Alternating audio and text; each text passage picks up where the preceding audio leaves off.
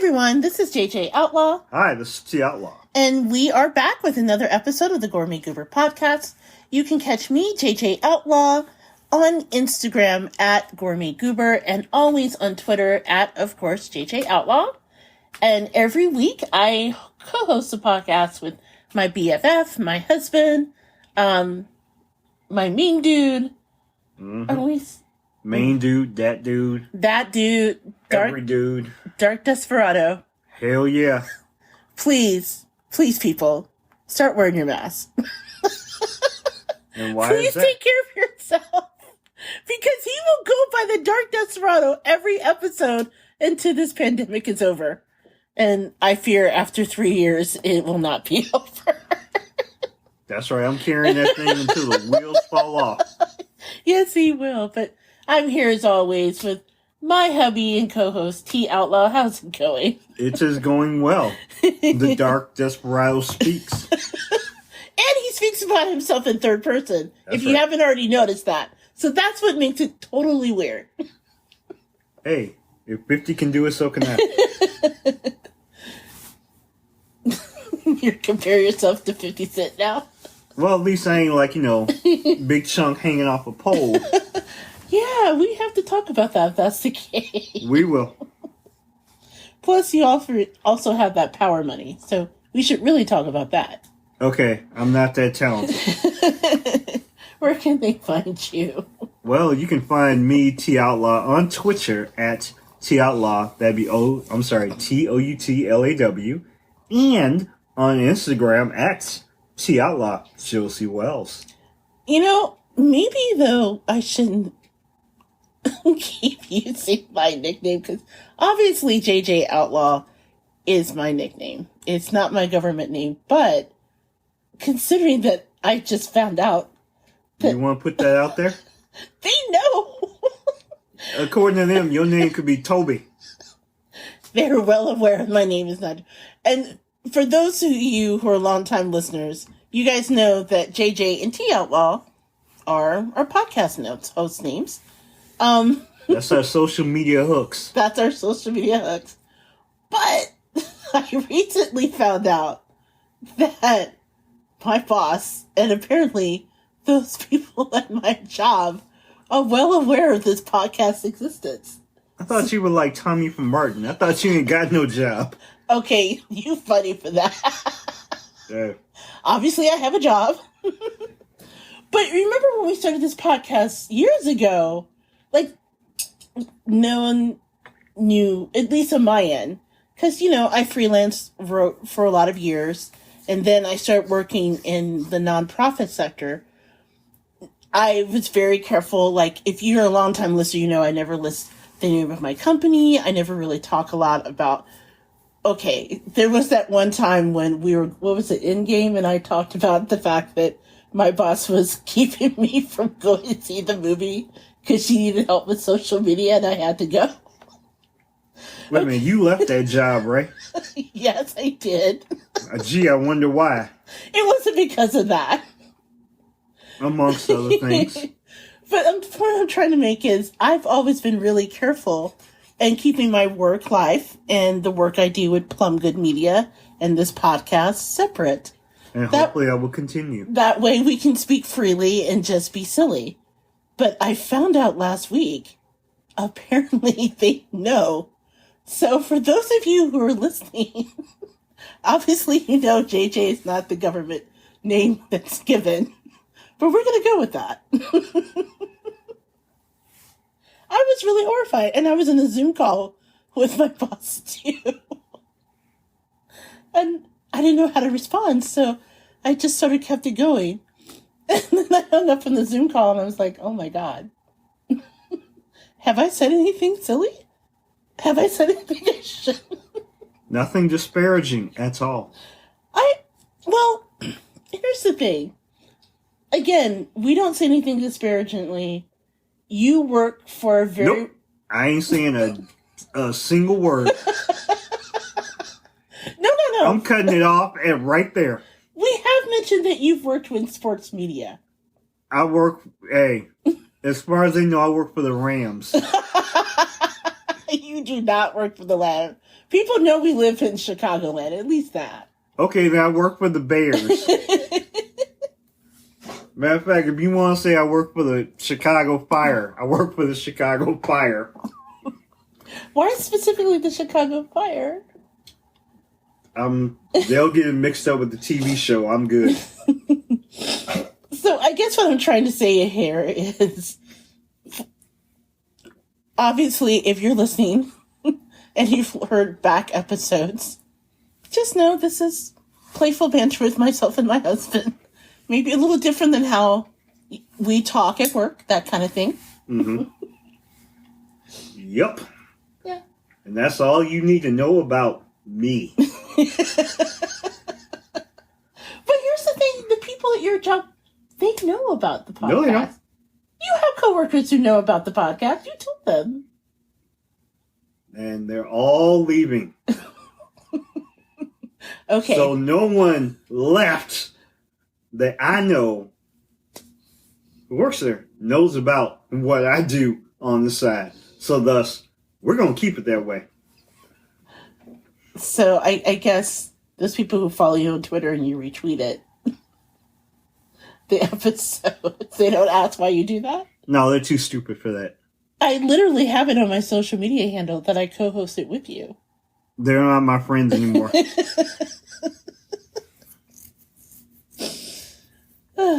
That's just weird. I'm sorry. I've worked really hard to separate the work that we do, because then it'll lead to questions like when we talk about the cookout and things like that. I mean, what if it comes up in a meeting or something? I work with scientists and people. Yes, you work with very intelligent people. Play dumb. So I'm just going to have to pretend like, oh, I don't. What podcast? Yeah. I tried to play it off. I really did. But I was just so surprised. I didn't know what to say. Yeah, you work with all the good eggheads and us. No, I work for an incredible organization. They do incredible work. Yeah, that's great. That's all you need to say. And that's all I have to say. Yeah, don't incriminate yourself. And if you listen to past episodes, well, you know what? Past episodes, I've even talked about leaving my old job for this one. I mean, I have been very open about my life. I've just kept it separate. Please don't go looking for me on LinkedIn. That's all I have to say. Just leading those breadcrumbs right now, aren't you? Okay, I should stop. Yeah. I encourage that from the start. So with that in mind, although, okay, before we go any further. You are shooting yourself in the foot right now, aren't you? No, I was just wondering. Okay. Because, okay, there are some podcasters that are out there that, like, put their whole name. Well, you know what? They don't have, like, a second job, though. Podcasting is, like, their main source of income. We're not there yet that we could do that. Because... But with good patronage, we are willing to step up. Because I was just thinking about all the podcasters, or all the podcasts, rather, that I listen to. Be it The Read, the Black Guy Who Tips podcast, Tea with Queen and Jay. Like, a lot of those are podcasts that are helmed by POC populations, Black and Indigenous people, and other people of color. Okay. And I was just thinking, none of us use our, like, government name. For good reason. Yeah, and I was just... Yeah, that is kind of the standard, isn't it? Yes. For good reason. You want me to shut up now, don't you? I'm just saying. All of them are listening like, you're going to out all of us, right? That's right. Yes. As I learned very early, real gangsters move in silence and violence. Okay, with that in mind, then we're just gonna move on. Mm-hmm. I just, please forgive me. For longtime listeners, you guys may be surprised, and for new listeners, obviously, you're probably wondering why this is a big deal. But I've just gone through extraordinary lengths over the past. We're approaching 4 years of the podcast now. To my knowledge, yes. And over those 4 years, I've gone through extraordinary lengths to keep the gourmet goober and the work we do, because we're looking to expand, and, you know, with side projects and things like that, we've always worked to keep that separate. So the idea that someone just volunteer, oh yeah, you can put that on your food podcast. That just sort of killed it. So moving on. This is the part of the podcast, other than apparently discussing my personal trauma at work, where we go over how our week went. Yes, it is. So outside of the realization that my secret identity is out, I kind of feel like Peter Parker when everyone found out he's Spider-Man. Uh-huh. I get it now. Thank you. So how else was my week? I guess I might as well just go. We normally start with your week first, but we'll just start with mine since I've already divulged that. Okay, let's do so. Well, because my week was so much more traumatizing than yours, and not because of this, because the other thing that happened where I slipped on some ice and over the weekend while walking a dog and wound up cracking my tooth. Yeah, that was very painful for you. Yeah. And then I had to have my tooth pulled out by the Marquis de Sade. The Marquis de Sade. I did this. Yes. And the crazy thing is you had an extraction. And I had multiple extractions. And I asked you, like, how's our dentist? Is he good? Is he okay with that? Oh, he's fine. Yeah, the whole thing took like 10 minutes. No, not me. There were like 3 people standing over me. They had to numb me 4 times because I kept feeling it. Wait a minute, didn't you at one point say you just started swinging on folks? One time he gave a good tug, and I swear, fight or flight kicked in. And I swung at him. And then at one point, when he went for some additional tools, I'm like, wait, obviously the tooth is in there. Can it just be there? Can't they all just be friends? Can we just be friends? I'm messing that up. Why can't we be friends? Yes. Why can't we be friends? I was in so much pain. And I'm giggling more than usual because I'm actually on painkillers. So if I sound a little silly today, that's what's going on. Yeah, that's the answer we're going to give today. That's our answer, and we're sticking to it. But seriously, oh my God. There were like at one point 3 of them over me. And I was like, what's going on? It only took 10 minutes for you. And the guy's like, oh, well, it just doesn't want to come out. It's in there. And I'm just thinking, God intended it just to be there. Maybe that's a sign. Can't you just, cap the nub that's left? Obviously, that would be awful and unattractive. But at this point, it would be better than having 3 of you yank something out of my skull. Yes. Yeah. That did not go well. No, it did not. You definitely were not in good shape. You were quite mad. But let the record show that when after the first time I came back, I said to you, first of all, he's not a quitter. He's definitely a yanker. He definitely likes to, he's definitely into the extractions. I mean, it was almost like the dentist in a Little Shop of Horrors. Oh my God. Seriously, after the 5th tug, that's what went through my mind. Literally the dentist scene from Little Shop of Horrors. Where I don't know if you guys have seen the remake from Frank Oz, but there's this hilarious scene where Steve Martin is singing about taking on a dentist job because he's secretly a sadist and he loves his job. Yeah. Yeah, I was thinking that. I was like, oh my God, are you his understudy? What the hell? He definitely put in work. We'll say that, one. But let me also let the record show. And when I came back, yes, I had multiple extractions that day because, but yeah, I'm not gonna lie, mine were just ready to go. Mine were ready to, they were ready to jump out. We ain't even gonna lie. They were like, we know what's coming. Come on, yank, let's go. They were ready to jump out. But I did say to you when I came back, with multiple gauze in my mouth that it amazes me that I know that, we've had, as the medical community, the ability to learn and be able to do like robotic, micro incisions, and we are able to set up things like, we've had far advancements in a lot of different categories. But it amazes me that in 2022, at the beginning of this, it was 2021, that dentistry has not progressed as far as I don't understand that. When I go in there, if they sit me down and this dude is pulling out NASCAR tools. Yeah, that is true. At one point, I swear I thought I saw a set of like channel locks. Yeah. Pliers. And I was just thinking, you know what?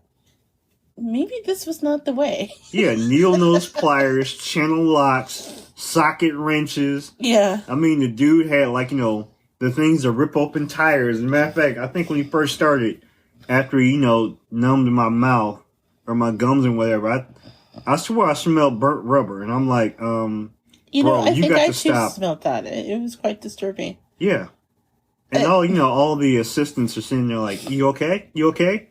And I'm ready, I'm numbed up, but at the same time, I'm like, oh, I'm sorry, were you expecting me to say that everything was peachy and great? Hell no. But at the same time, I'm like, I just want this over with. So I just numbed up. But yeah, apparently with yours were putting up a fight, so I respect everything that you went through. The other thing I was thinking of is maybe it was just karma. Because what happened when you had your extractions last year? So let me publicly apologize for what happened afterwards. What happened afterwards? Well, okay, this is embarrassing to admit.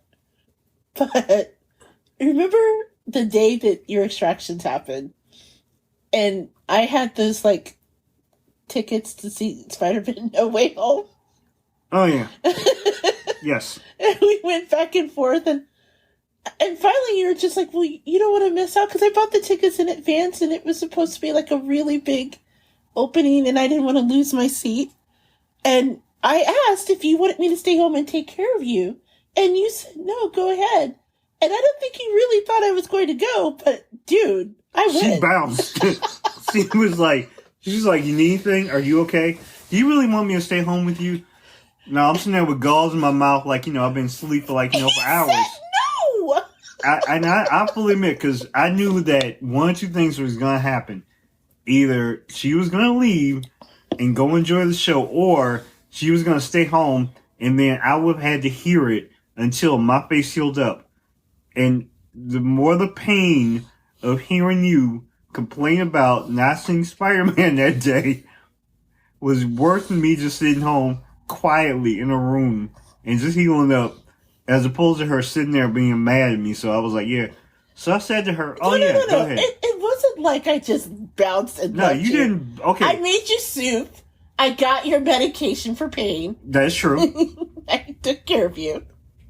No. This was kind of like, when Theo and Cockroach on the Cosby Show. That's right. I'm using the Cosby Show reference again. When they had tickets to Dance Media, and somebody had to go in the room.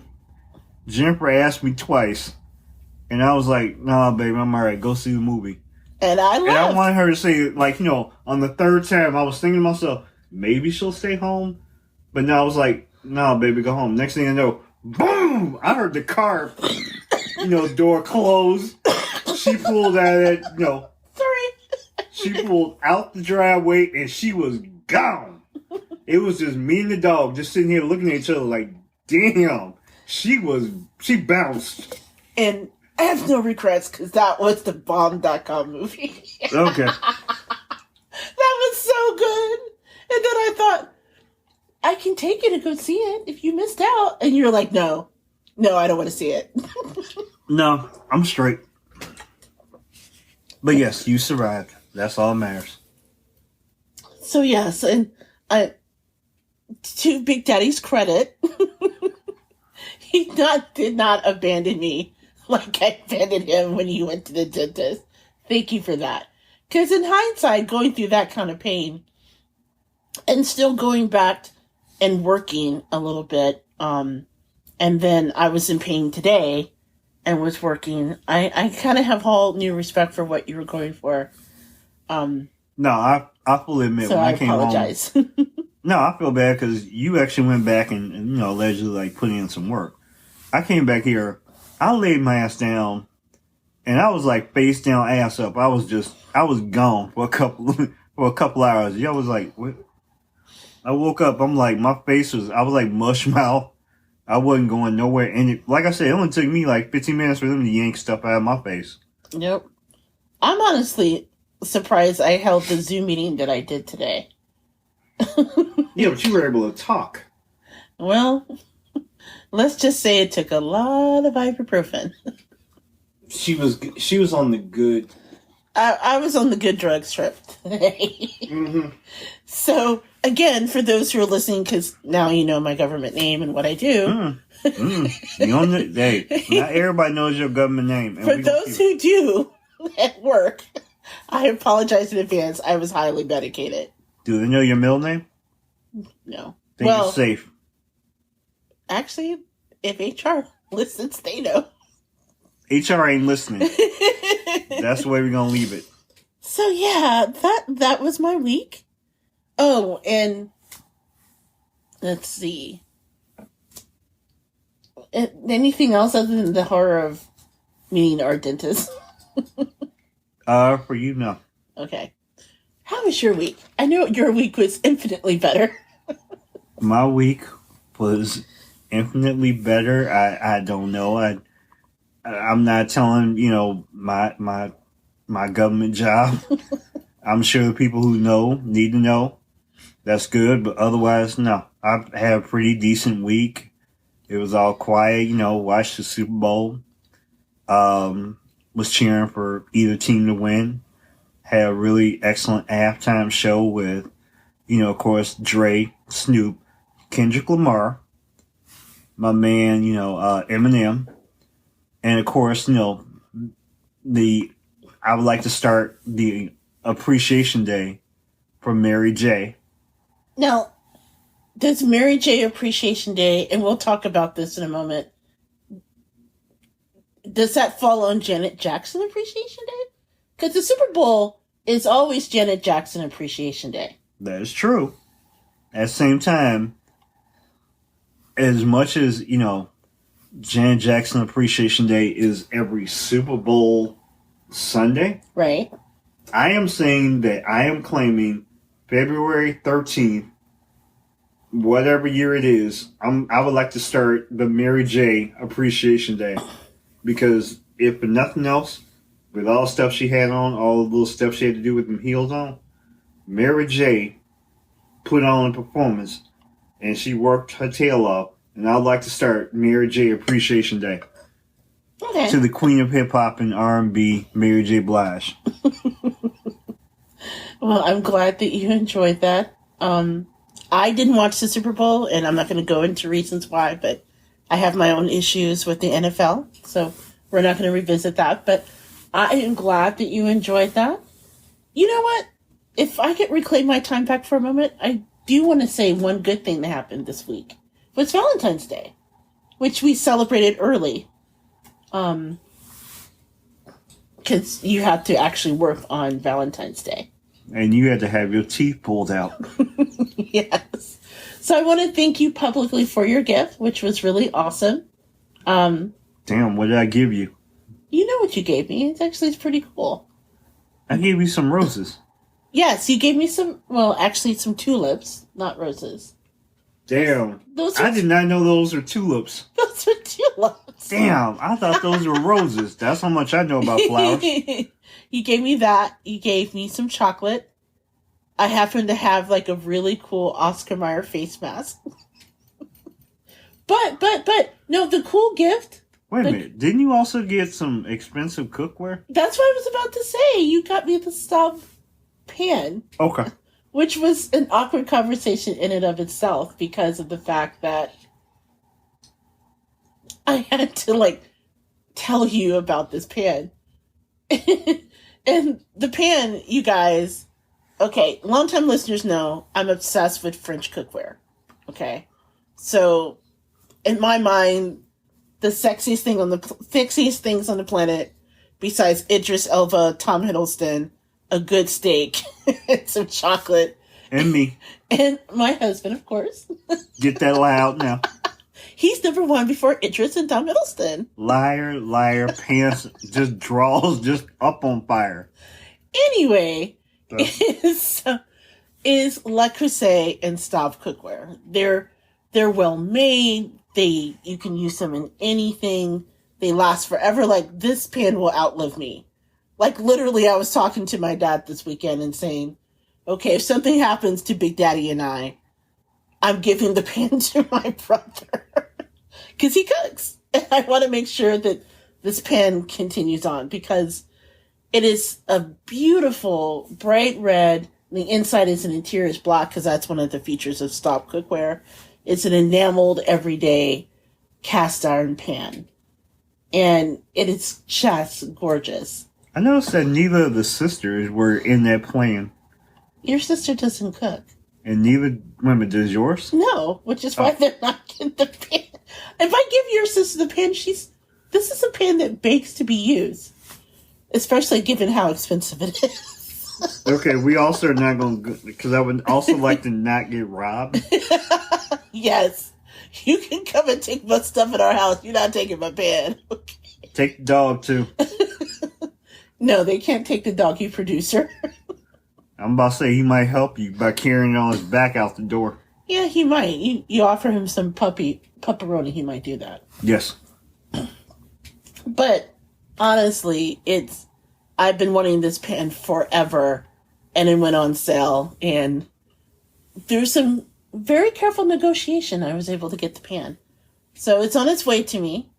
So if, you hear on the next podcast about me talking about I'm going to marry a pan, you'll know why, because this thing is it's a work of art.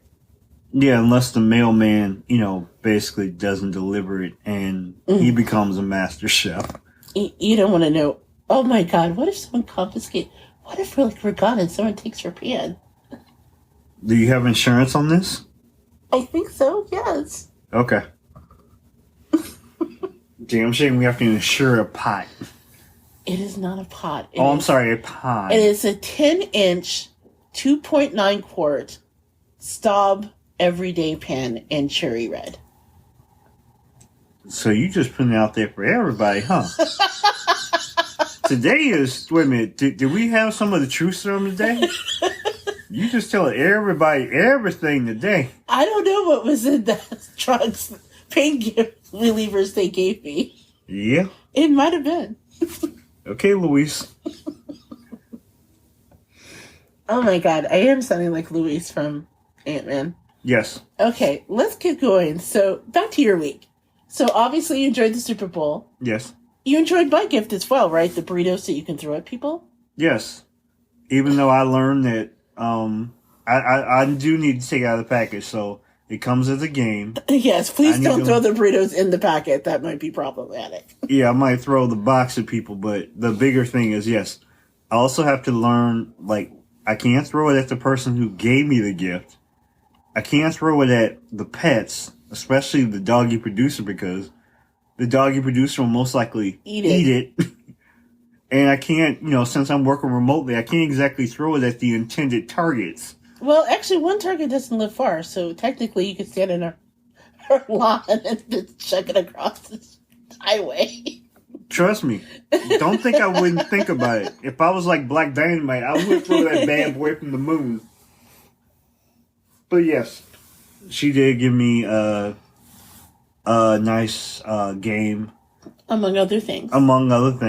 Oh, wait a minute. Most importantly, she also got me my favorite thing in the world, which is sugar-free Chico stick nuggets. Yes. In a bag. I'm a good wife. Yes, you are. Because you know how much I love those sugar-free Chico sticks nuggets in a bag. Those were hard to come by. I had to really hunt them down. And they are very much appreciated. The sugar-free Chico sticks in a bag. Why do you keep saying it like that? Are you trying to get Chico Sticks as a sponsor? If they're willing to hook me up. That. I'm just saying, if Chico Sticks is listening, hook a brother up, because I'm repping you. Sugar free though, because I got to protect my figure and other things. Yes, of course. Yes. Also, am I allowed, since we had Mary J. Appreciation Day, do I get to also say we also had Janet Jackson Appreciation Day on Super Bowl Sunday? Well, we mentioned that earlier, but yes, we can talk about that. That's right. So, I also got the chance to watch the Janet Jackson special on Lifetime. Yes. And, oh yeah. Now, we actually watched it last week. Did you rewatch it again? Because I know your sister watched it. And remember, we were going to talk about it again. Yes. This week, once we got our thoughts. I took some minor notes. Yes. So you rewatched it and you had an opportunity for continuity's sake. And you took some notes. Yeah. Okay. Granted, those notes are in my head, so I probably have forgotten them by now because I had to wait, to get to this point because we were, somebody was telling all their government secrets. I'm sorry. Blame it on... These are some good drugs, y'all. Uh-huh. She had the super strength. Yes.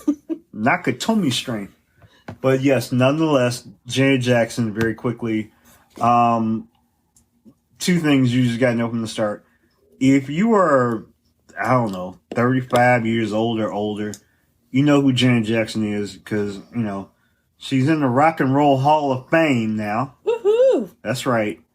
She is, dominated, from the time she was in the 70s and in good times to fame. Did she do Different Strokes? I think she did. Yeah, because was she Charlene? Yeah, see, now I gotta remember this. No. Okay. You didn't tell me to take notes on that. Hey, I'm going off my memory here. Anyway. I can Google nonetheless, the quick and dirty is, as you know, Janet Jackson, one of the things that, yes, Janet Jackson has been around for a long time, of course, with our brothers from the Jackson 5 and the entire Jackson family. But also, that the two most important things you need to know is, as I watched, is, because the entire Jackson family is from Gary, Indiana. Where you're from. That's right. Where we're recording this right now. And the fact that I have been crushing on Janet Jackson like my wife has been crushing on Idris Elba, but I've been doing this, since she was, since she was Charlene on Different Strokes. Yes, she was Charlene. Yeah. Since she was, I guess I wasn't really crushing on her when she was Penny, but I will always love her as Penny. But yes, I've been loving on Janet for a long time. Anyway, but yeah, it was really amazing to watch her, because the start of the documentary, or biography, as you would say, was placed with her and her brother Randy taking a trip back to Gary, Indiana to, of course, visit 2300 Jackson Street, which is their childhood home.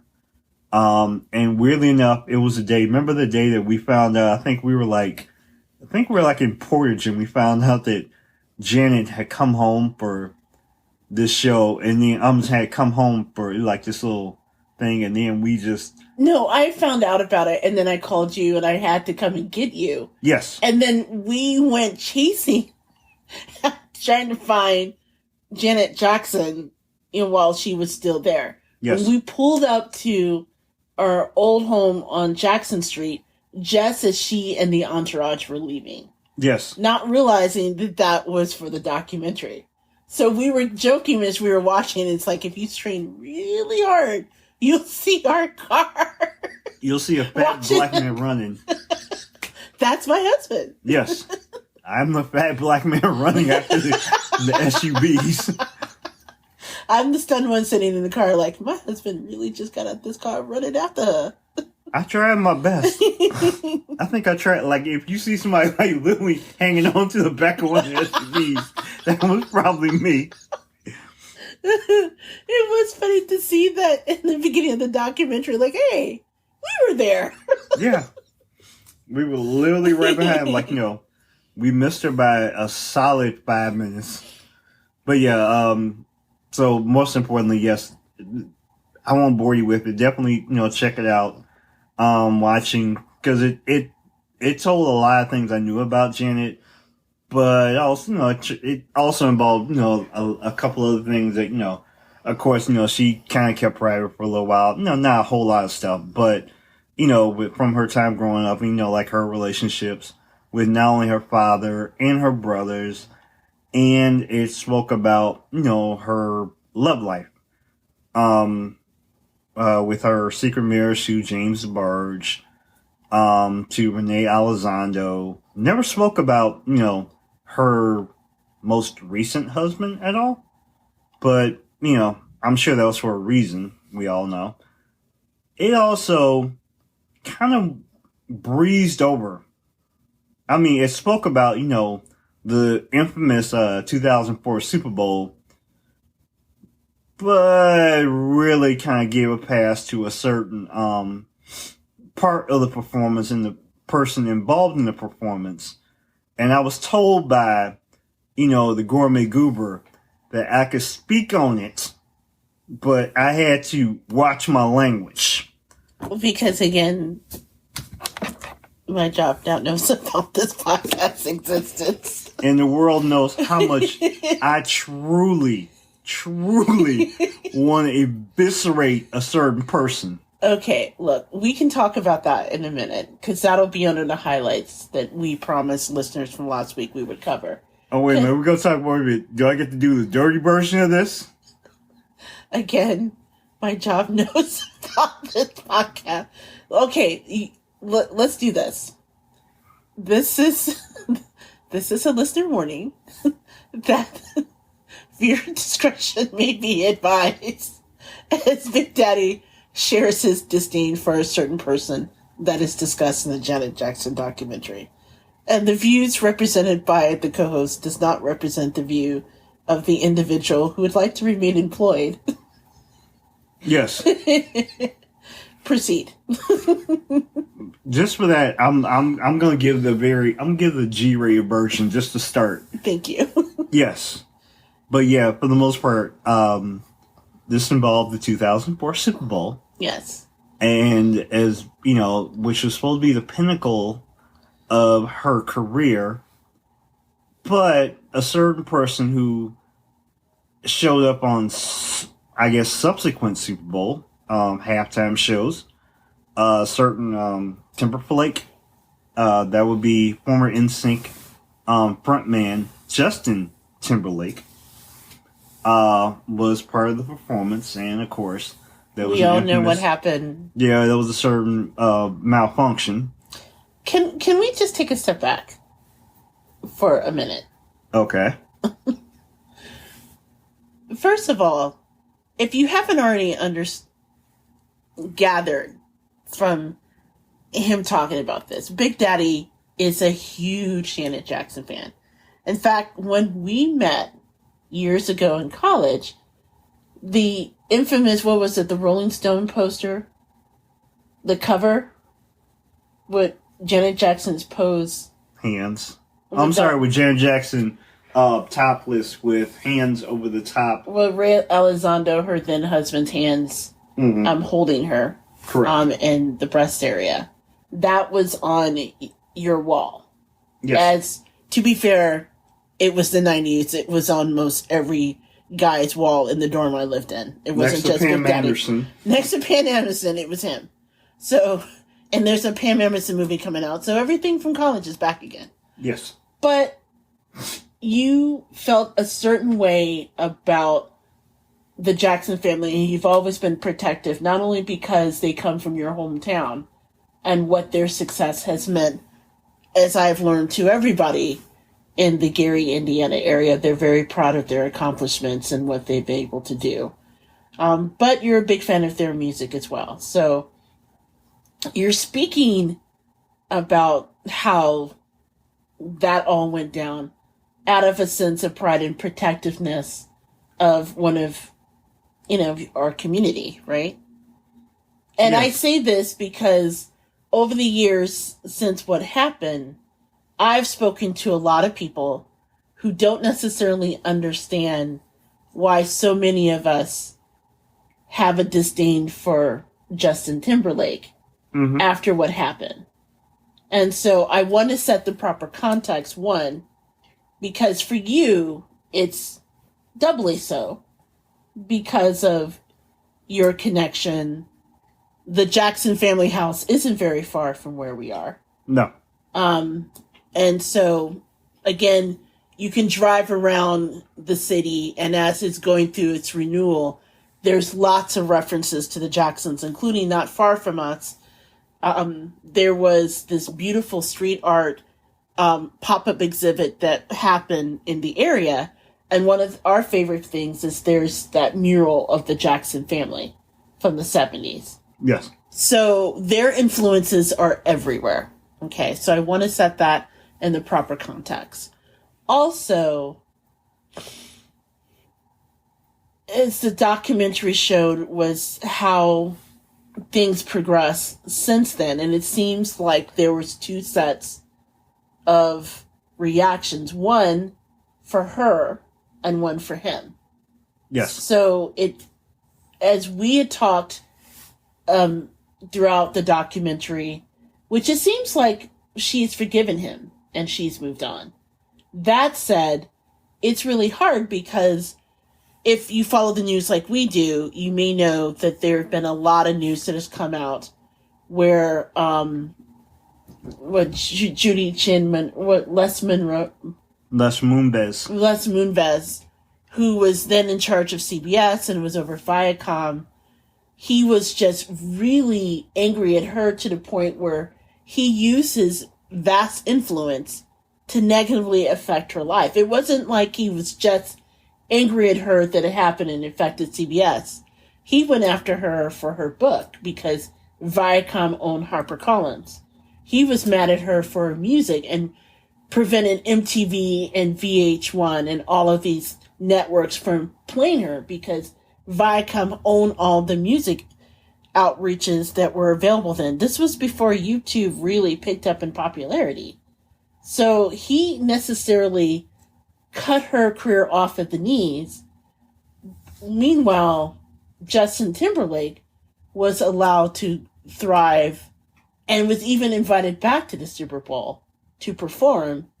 And he never once, well, he has since gone on the record and apologized. I think because he's got such a thorough dragging from, let's face it, our community and other communities that basically said, hey, you just can't build your career off our back with ties to Timberland and everybody else to build your cred once you left in sync and then turn around and do that to Janet. That's just not cool. So that, I just wanted to lay that out there as we're talking as the part of the basis of your anger, which I personally think it's rightly put. And incidentally, that is why the Janet Jackson Appreciation Day exists, for those people out there who don't know. Because as I've learned, actually from my job, a lot of people are not aware of Black Twitter. And didn't they start it when Justin Timberlake went back and performed? And we're like, we're not watching his bullshit performance. Oops, sorry. That slipped out. And we decided to celebrate Janet during his performance instead? Yes. Okay. That was exactly how it matured. Yeah, that's exactly how it started. And to be completely honest, there are a lot of things that I'm since the Goober has basically stolen the thunder or taken the thunder out of, like, I'm sorry. I just venom. wanted to lay the groundwork. No, you basically have explained like the biggest part of the situation. And if we're going to be completely honest, I can go in on Timberflake for a lot of things, but the biggest thing that please do. No, there's lots you can talk about. There are a lot of how things he I can treated talk. Britney, for example. Sorry.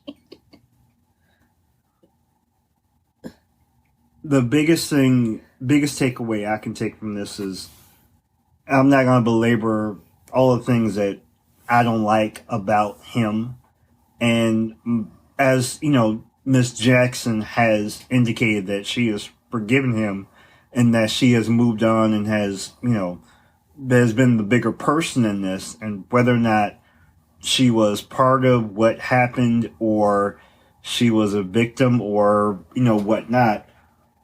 As much as she has forgiven him, I have not.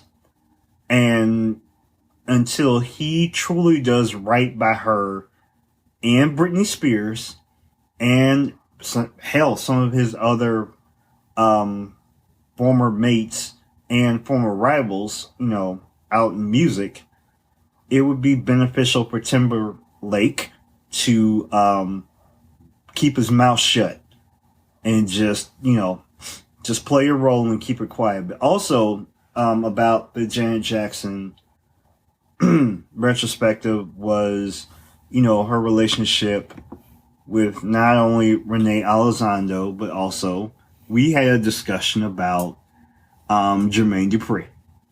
Yes. And how you defended Jermaine Dupri, even though he cheated on Janet. I was about to bring that up, but since you did.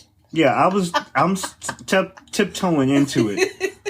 And I'm sure this could drip into, food concepts, because hopefully Jermaine Dupri can cook. But yeah, pretty much, I don't know if it was so much a defense, but it was kind of like, as Chris Rock, has said, on more than a few occasions, like, things go crazy, I don't forgive you, but I understand. So with Jermaine Dupri, some of what he was saying, yeah, do I, because you did dirt on, my lady, Janet Jackson, I don't forgive you, but I understand. Look, I'm not going to go there. No, you were ready. I know. We had to Come on, Tiffany Haddish. You were ready. We had to pause documentary because Jenny had a good nature about it, and she just kind of, he cheated. And I think myself and all of the women of Black Twitter was like, what? Wait. You are Jermaine Dupri. Seriously, you have so much to be grateful for, including you dating Janet.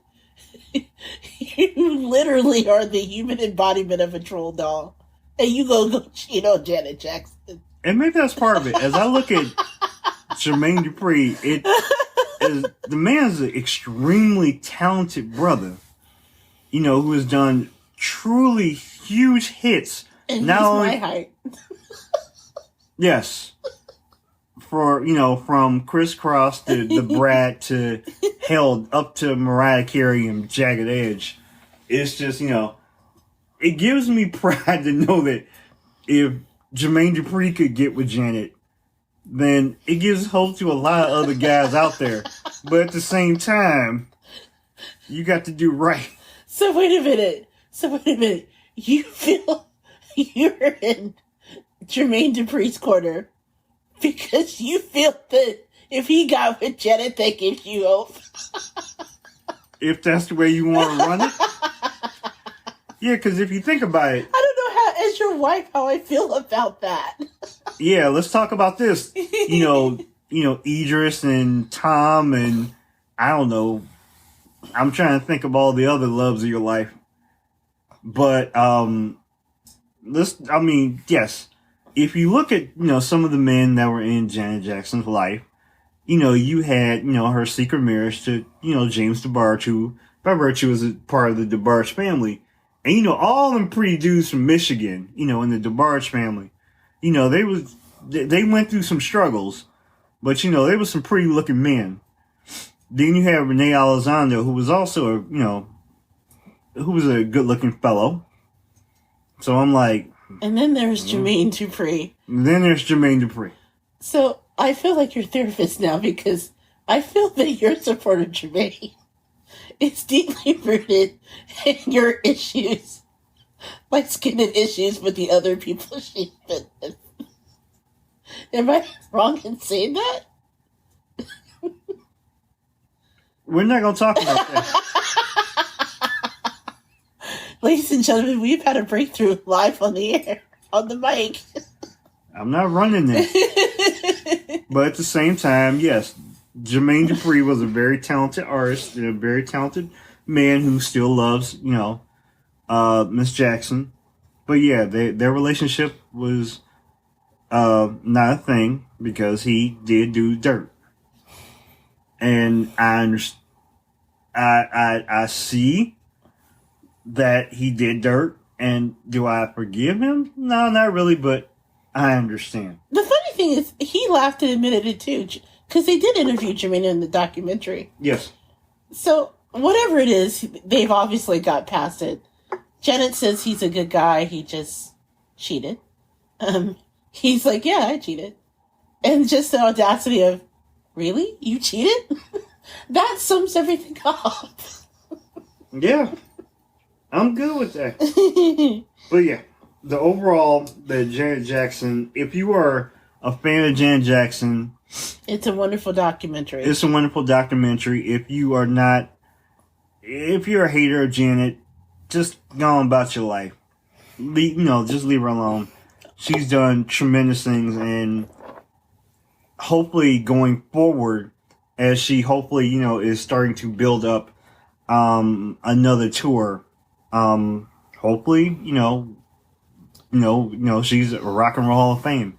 If you get a chance to see her tour, just as a side note, go. Because when did we go? It was right before the pandemic, right? It was a few years for the pandemic. Like, I think it was back in 2018, maybe? It's either 2018 or 2019. It's when she resumed the tour after she had her son. Yes. And we went, and if you follow me on social media, you probably saw some really badly taking videos of me getting my whole ass life at the concert, but it was worth it. It was so good. She's an incredible performer. And it was a great documentary. Looking back on it now, it's a little disturbing because now I realize that my husband apparently thinks he has a chance with Janet. So we're going to have to talk about that off camera, or off mic rather. But other than that. No, I'm not saying that I have a chance with Janet because inevitably, something has to happen to you first. Not that in any way I'm planning that. If anything happens to me, people, we have this as evidence. Yeah. So you are safe. So if I run off with Tom Hiddleston, then you're free with Janet. If I run off with Loki. See? Just kidding. Big Daddy is not a Loki fan. Not Loki, Tom Hiddleston, whatever show he's in or place. See, and I even got past, Idris, because Idris is, with the accent and, the tall, brusque, he's a pretty decent fellow. You'd actually wave me off if I was with Idris. Like, okay, see you later. I'd do it. Yeah, because at least it's like the concept of, when they talk about, why guys, sometimes, leave, their better halves. These are all, as they say, what's the word? Hall pass, dreams. If you're going to, dog me for a hall pass, at least make it worth, the while. I'm like, okay, it's Idris Elba. We're not going to go down this path because, again, someone could be listening. So, let's fight. Hey, I kept this as PG as possible. Yes, you did, and I'm very proud of you. Thank you. So now that we have, oh my gosh, and am I usually this giggly? It really is the drugs, I think. Mm-hmm. The ibuprofen. Yeah, you're really giving it up right now. Yes. So, we're going to take a moment I'm just going to take a moment to gather myself, work out the giggles, because, again, my dentist is the Marquis de Sade, and I'm getting over that. That's why I know how. And then we return, we will talk about 3 stories that intersect the nexus of food and pop culture in our What's Eating Us segment. And as always, we will close out today's episode by going over the best thing we ate this week. So you're listening to the Gourmet Goober podcast, and we will be right back.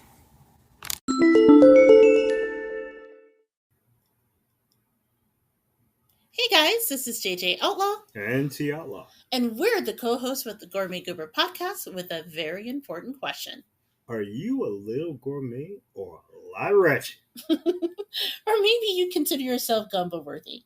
Hey, if the answer is yes to any of those questions, then you need to tell the world with your very own Goober swag. From mugs and aprons to t-shirts and sweatshirts, it's the perfect way to show your love for the Gourmet Goober podcast and, help us keep the lights on in the process. So if you are a little bit gourmet and a lot wretched, head on over to gooberswag.com, that's gooberswag.com, and get your very own Goober gear today. Tell them Big Daddy sent you. That's right. Tell them. Hey, I'm JJ Outlaw. And T Outlaw. And we are back with the second segment of the Gourmet Goober podcast.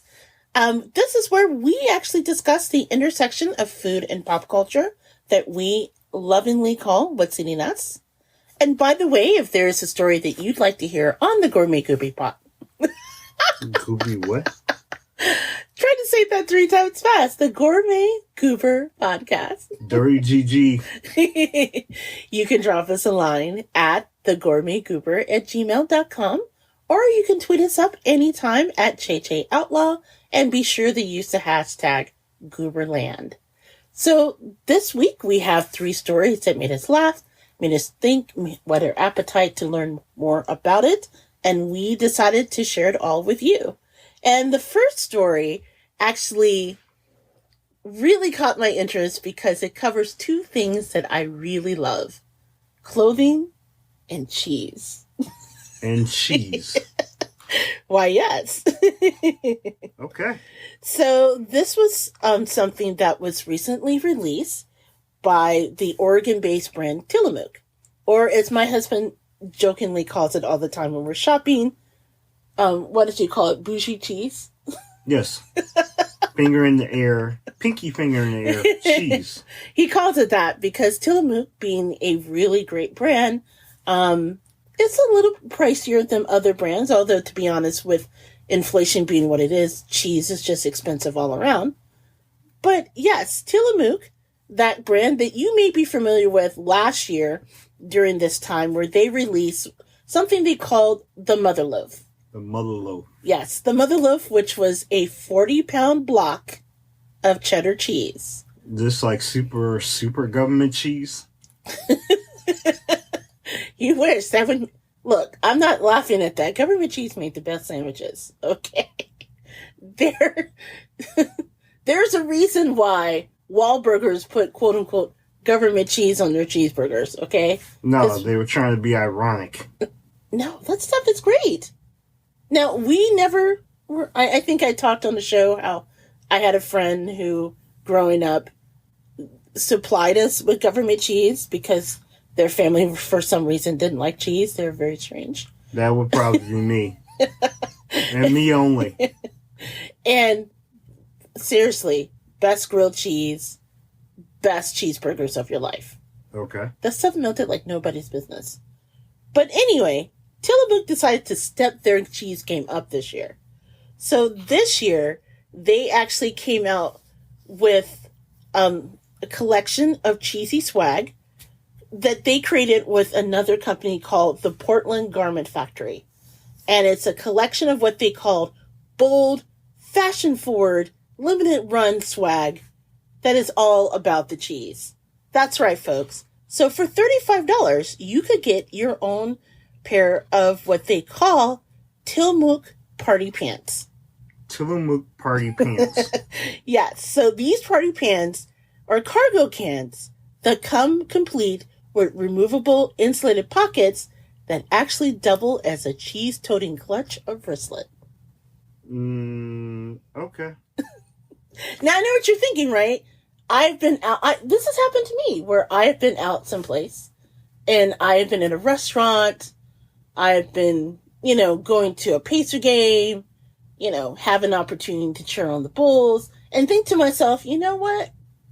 Well, first of all, let me back up. I don't think I've ever cheered on... I've never cheered on the Bulls. No, you have not. That's with you. The only time I've seen you cheer on the Bulls is when they played the Knicks. Well, that's true, because there's no such thing as a good Knick. Sorry, Deez and Nero, if you're listening. I am not a fan.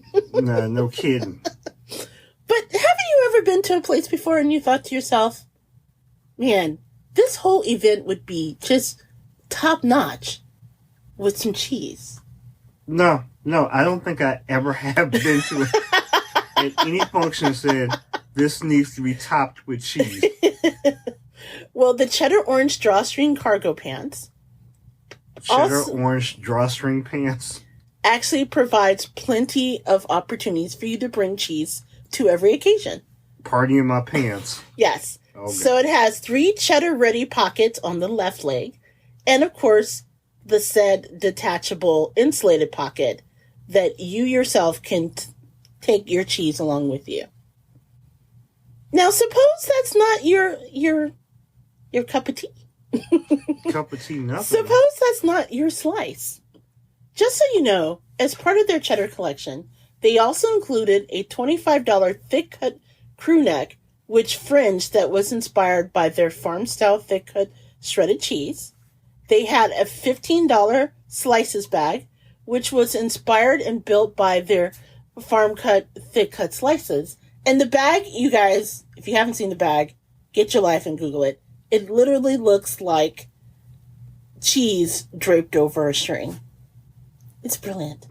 I'm looking at this. Yeah, I'm looking at this and I'm thinking, what the Samsung right now. I'm trying to be like descriptive, but also I'm trying to be nice, but this is very strange looking to me. Oh, now, come on. You know you want their shredded cheese fringe inspired cowboy hat. And perhaps you want to get lucky playing cards. No worries. They actually have a Luck cheddar cheese playing card set that has been inspired by their Baby Loaf 2-pound cheddar cheese block. Oh my God. Okay. This sincerely looks... This truly looks like something that was designed by Ye. You know, I'm sorry, Mr. West.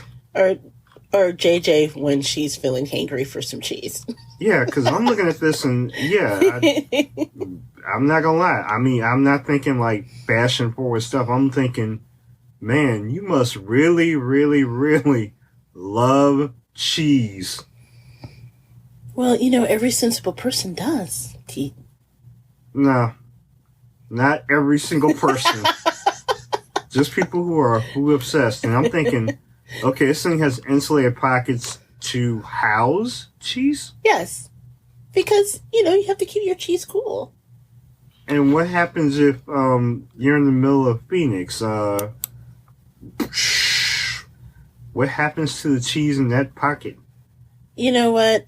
There's lots of opportunities for you to keep your cheese cool. I mean... Yeah, do you get to grill this cheese in these pockets? No, it's insulated. It's not like you're carrying a panini press in your pocket. Might as well. That's probably about the best. Oh my God. Oh my God. That would be amazing. Can you imagine? You're tailgating. We're back home at Ball State and we're tailgating. And all that we have available for us to use in our short space is slices of bread and Tillamook cheese. No worries, because we can whip out our own panini and loaded pans. Just slide that sandwich into the pans. It's cold usually during homecoming, so it keeps you warm. In about 5 minutes, you pull out a cheesy, delicious treat to eat. I think you're onto something. No, I need a meat in there somewhere. That's a bit much, but okay, you run with that, baby doll. You know what? If you don't want to wear your cheese, that's fine. They even have a convenient drink koozie called the Snacky Koozie. And attached to it is, yes, a detachable holder for your cheese that's insulated. So you will never be that far from your own, Tillamook slice of cheese. I'm thinking of the people who would, I don't know, somehow forget that, they're sea cheese, but somehow they would forget that they had cheese. Oh, you're just thinking it's going to be in their pocket and they're going to put it in the washing machine. Yeah. Nothing's better than That would be gross. good watched cheese. That sounds delicious. Yeah. Mm-hmm. So I'm taking that you're not going to hook a sister up. Hey, this could be your birthday present. At the same time, this looks a little bit obsessive. Well, if you wanted to actually check out your own possible cheese-based clothing Nirvana, you can check out shoptillamook.com and check out their cheddar collection. Now, I can tell you that a lot of what we described here is sold out, but it also appears that they've been adding to it all the time. So you can get varsity shirts that's inspired by their cheddar cheese, as well as playing cards. I get the feeling that all of this merchandise will most likely end up at a tailgate for the Packers games. You know, they did sell out with a quickness. Yeah, it's true. So, although, to be fair, I know that my friends who come from Wisconsin, they are really protective of that Wisconsin dairy. So they may not be down with Tillamook since it's based out of Oregon. They'll make an exception. But if you want to get your foodie fashion fringe on, this is the place to go. Okay.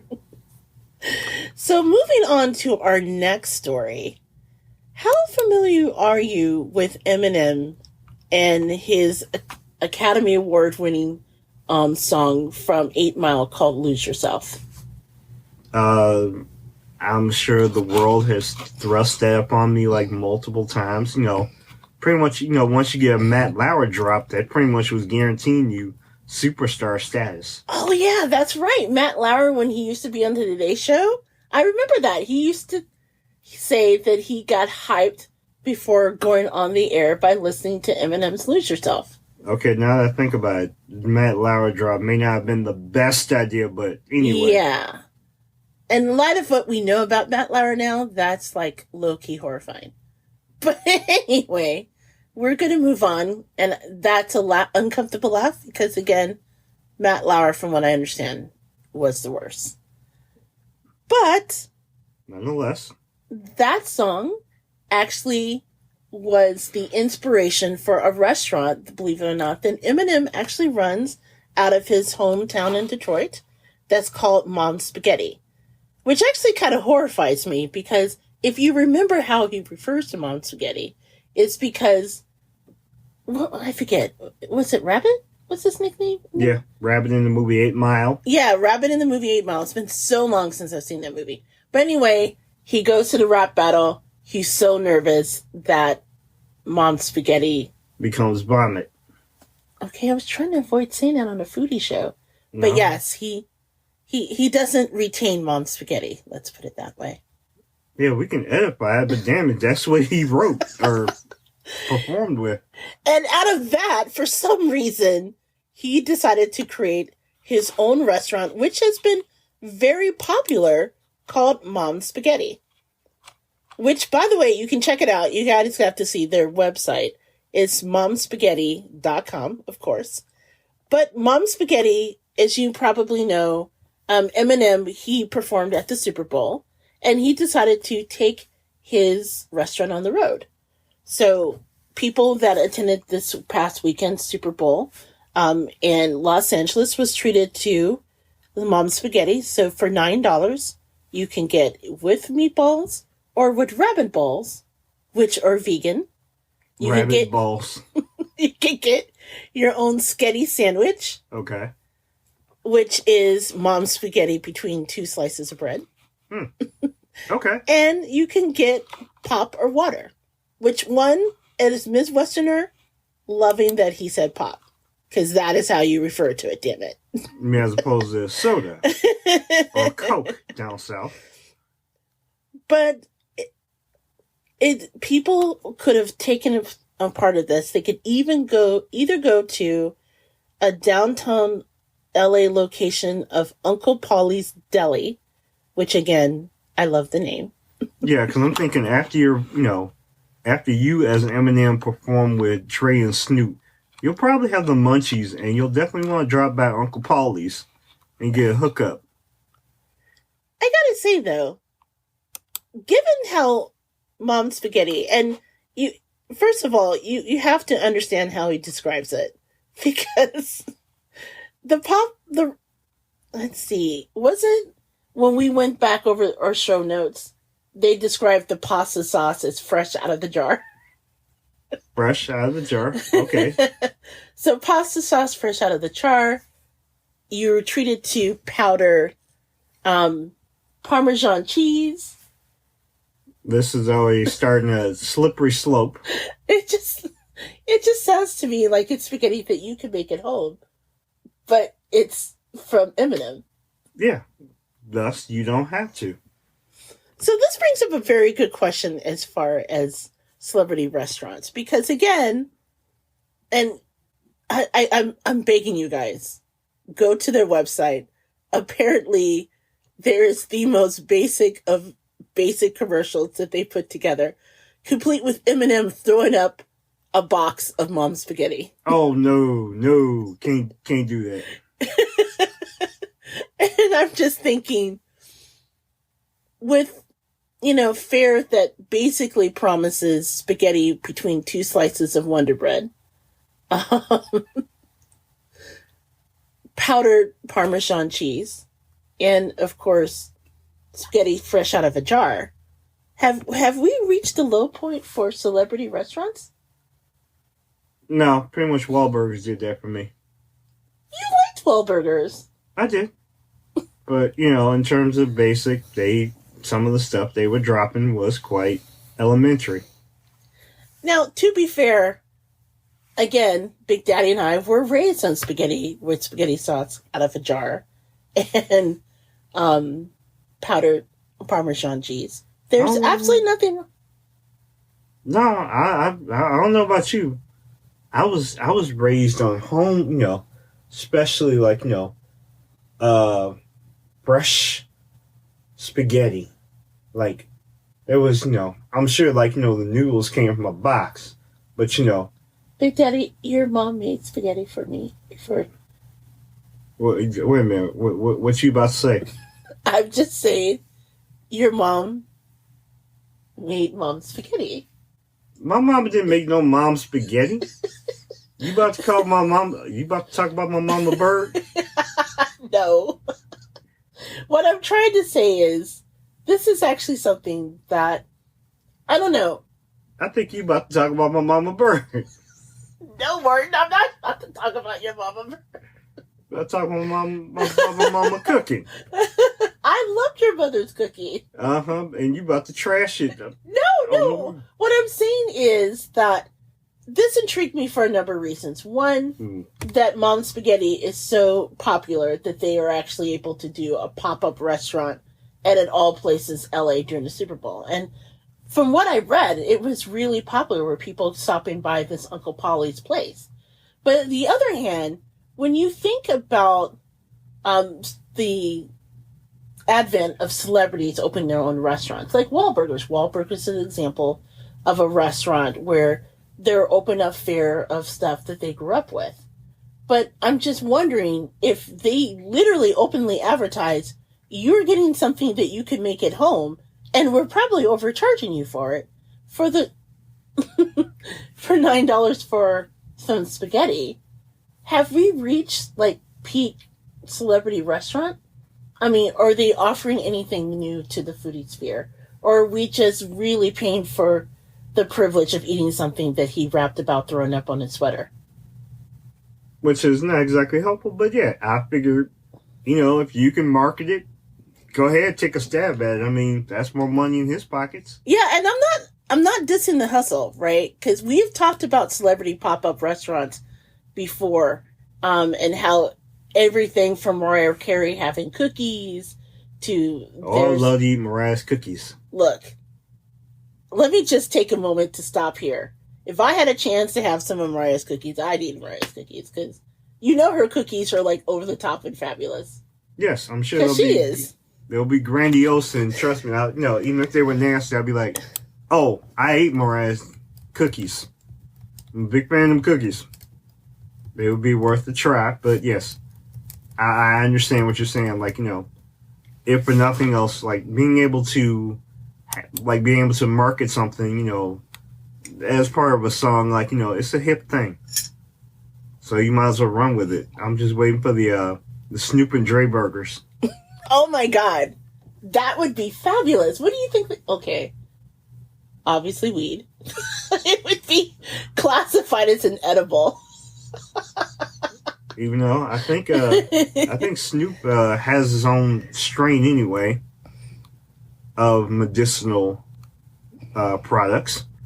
But I'm thinking of Dre Burger. After he's done selling, he's sold his beats. He's gotten a hookup with Monster. I figured might as well. I'm trying to think whatever celebrity, what have we not tapped into celebrity wise?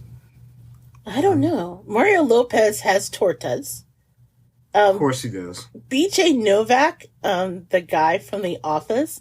Now this is actually interesting. He partnered with the winner of a Netflix competitive cooking show to come out with his own brand of restaurants and things like that. So that I can understand.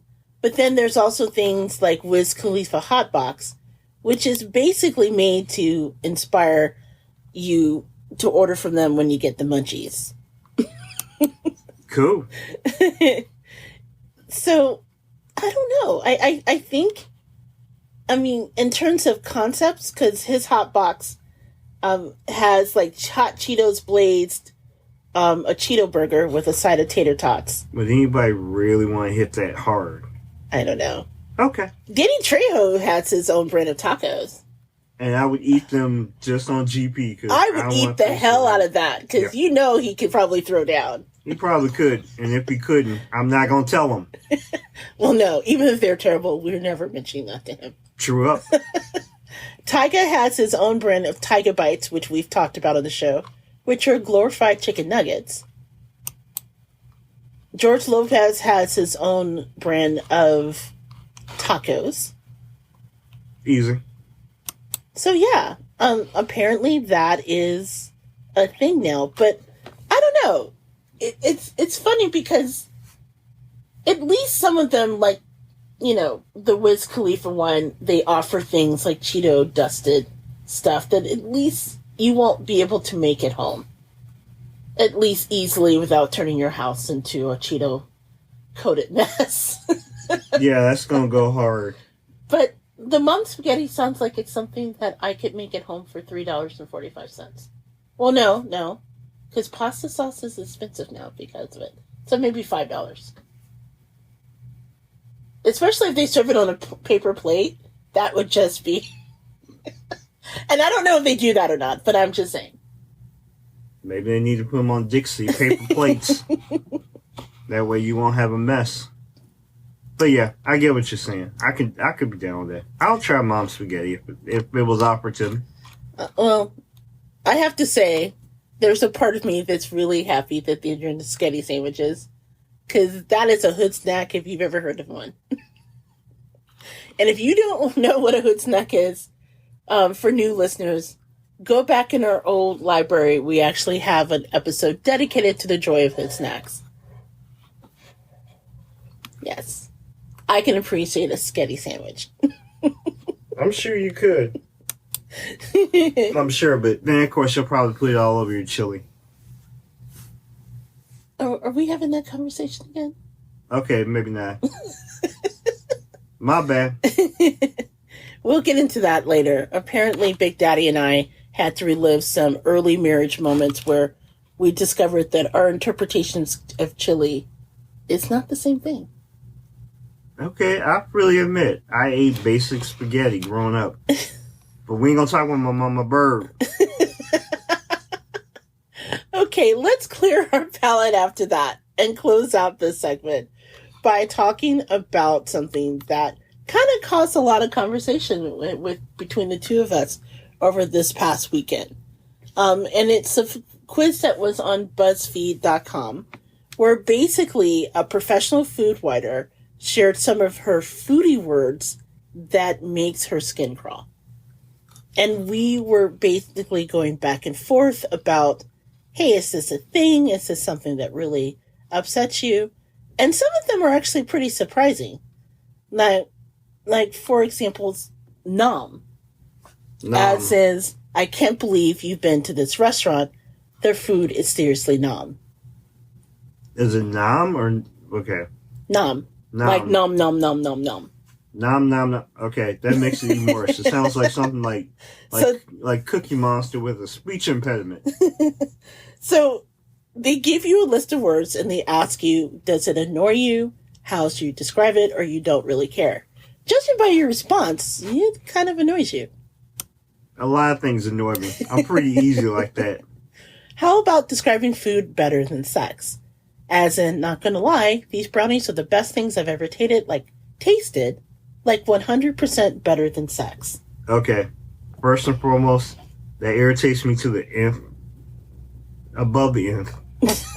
It annoys me to the, like, I don't know if there's a power large enough for that. Wow. Like, as much as I like sex, there's no food that's just gonna make me drop and say, ooh, this food was so good, it is better than sex. That is blasphemy. I have to agree. There's not much out there that I can think that would probably fit into that scenario. How about rustic? In dealing with the presentation. So don't worry too much about the presentation. I love a good rustic meal. That rustic sounds like a house. Yeah. I don't really like it all that much. I mean, I guess I don't really care, but... Yeah, rustic is like, that makes me think your food is aged like cheddar. So the next word is share plates. So I'm not really hungry. Honestly, why don't we just order 2 or 3 share plates and see how we feel after? I don't really mind that. Although we have a concept, it's community plates. Or more or less, your food is my food. It's all share plates with me. Yeah, we call it, basically, it's community fries. I know you ordered that, but that looks really good, and now JJ's going to take a sample of it. Which she has done on plenty of occasions. So, I actually don't like it, because share plates imply that not everything's up for sharing, and I don't agree with that. Of course you don't. You're a little crabby, because I've done that to you more than a few times. Yeah, your little fingers have been in, serving foods, and they'll be like, hey, hold on. I don't know where them hands have been. Hey, we've been together for a lot of this pandemic. You know exactly where my hands have been. We've just been here. Okay. So, there you go. Nonetheless, they were sanitized and masked up. Now, this is actually a term that really bothers me. It's dump recipe.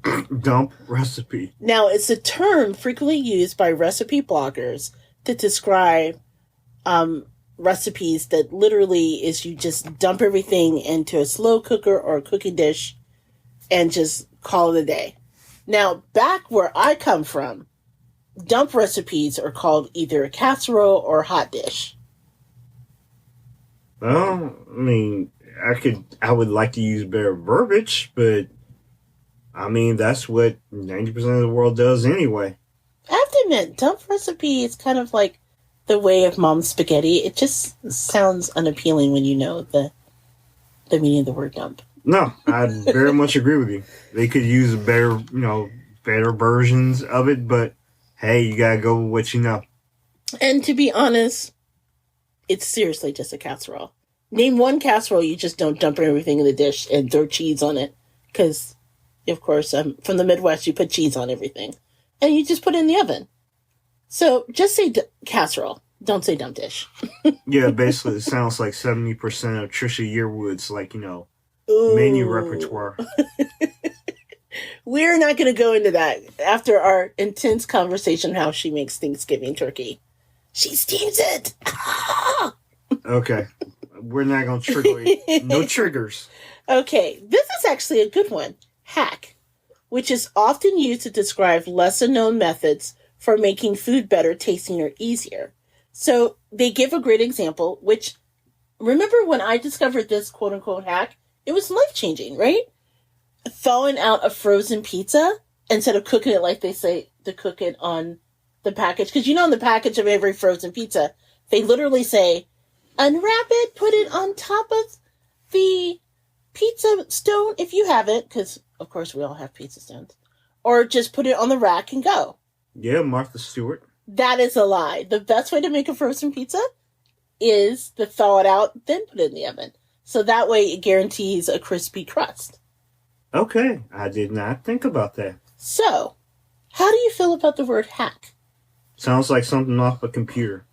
But nonetheless, I guess I can't really say anything because if you really think about it really hard, 90% of the stuff that, is, taken from an original recipe is basically a hack or a hookup anyway. So I'm like, okay, you can call it a hack, but I'm ambivalent to it because really all it is you're just taking a general recipe that has been around since the beginning of time and then, toss something in and say, hey, I put a hack into it. I don't mind the phrase hack, but, and we talked at length about this, and that's why we decided to share the article, was there's a difference between, the frozen pizza explanation, because literally, and I forget how I found out about thawing out the frozen pizza, but it was life-changing, right?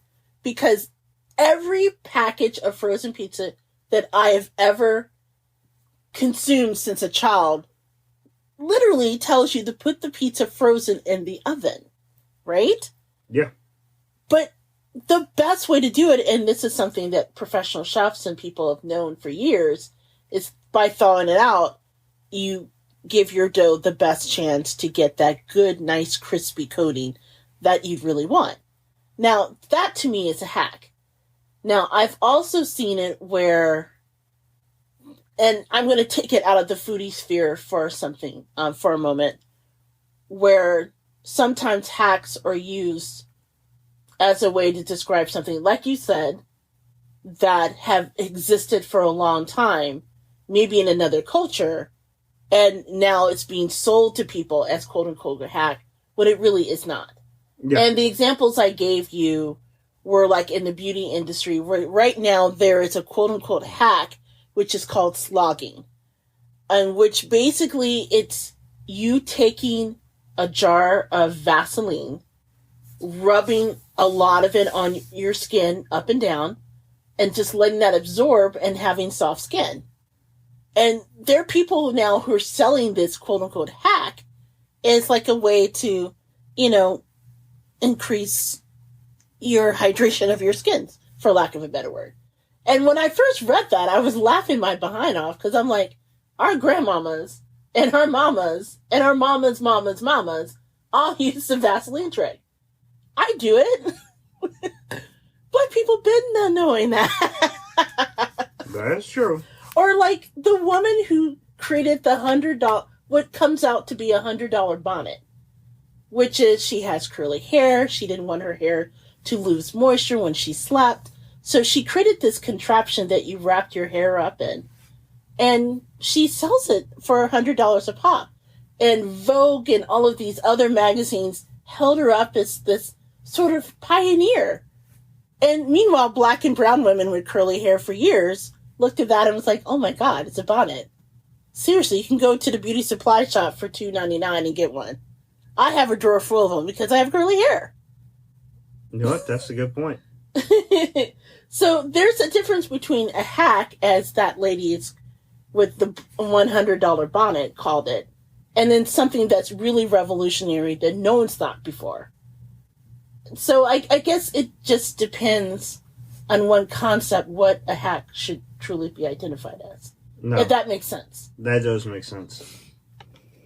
So I don't really mind the word. It's just making sure that not everything that's quote-unquote a hack is really a hack. It's basically being Columbus. Yeah, basically. Okay. So, gastropub.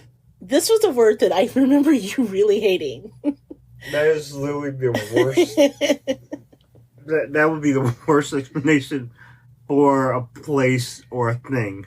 Yes, and for those of you at home listening, a gastropub is a restaurant with a casual pub-like atmosphere that serves gourmet food and elevated takes on pub classics. Unless it's an acronym, I'm like, couldn't you just say exactly what you just said?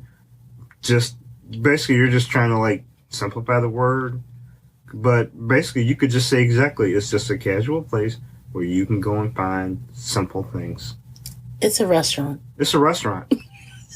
We're good with that. You don't need to like jack it up and give it a horrible name like gastropub. Mixologist, which is one who deeply studies the art of crafting mixed drinks and creating cocktails with a forward-thinking approach. You're a bartender. Yes, you are a bartender. Basically, as opposed to being in love with the stripper, I'm in love with the bartender. Yeah. Because, that to me is on the same line as like Subway calling all their people sandwich artists. Mm-hmm. Because technically speaking, we all are sandwich artists. You at home putting together that peanut butter and jelly sandwich. Chef's kiss. Sandwich artists. Yeah, okay, Jarrett. Oh, bad reference. It was worth a try. Thank you, Matt Lauer. Oh, even worse reference. Oh my gosh. So, handheld. I have to admit, out of all the words on this, I hated handheld the very most. Because who the hell came up with that? So, handheld is now what they refer to like burgers and hot dogs. Basically any food you eat with your hands. That sounds like it's pushing it.